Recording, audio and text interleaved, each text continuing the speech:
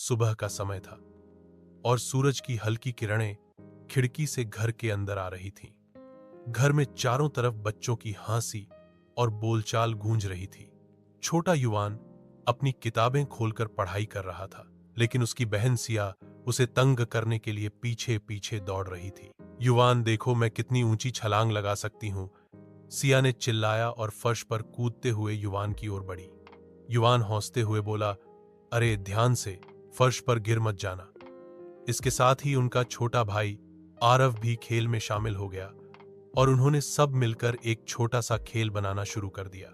घर की दादी अपनी कुर्सी पर बैठी थीं और बच्चों की मस्ती को देखकर मुस्कुरा रही थीं। बच्चों, जरा आवाज कम करो, मम्मी सो रही हैं, दादी ने धीरे से कहा। लेकिन बच्चे तो अपनी मस्ती में इतने खोए थे कि उनकी हंसी और बोलचाल और तेज हो गई। अयान ने अपने खिलौनों से एक छोटा महल बना दिया और सिया ने अपनी गुड़ियों को उसमें बिठा दिया।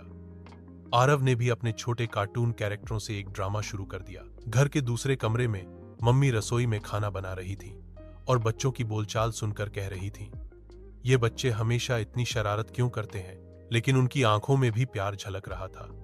मम्मी ने सोचा कि यही तो घर की असली खुशी है, बच्चों की हंसी, उनकी छोटी छोटी बातें और उनका खेल। धीरे धीरे दोपहर का समय आया और बच्चे थक कर फर्श पर लेट गए। अब उनकी बोलचाल कुछ धीमी हो गई थी, लेकिन उनकी आंखों में खुशी की चमक अभी भी थी। युवान ने सिया और आरव से कहा, चलो थोड़ी देर में फिर खेलेंगे। सिया ने अपनी छोटी उंगली अयान की उंगली में फंसाते हुए कहा, हाँ, हम फिर मिलकर और मस्ती करेंगे। घर में बच्चों की बोलचाल सिर्फ शह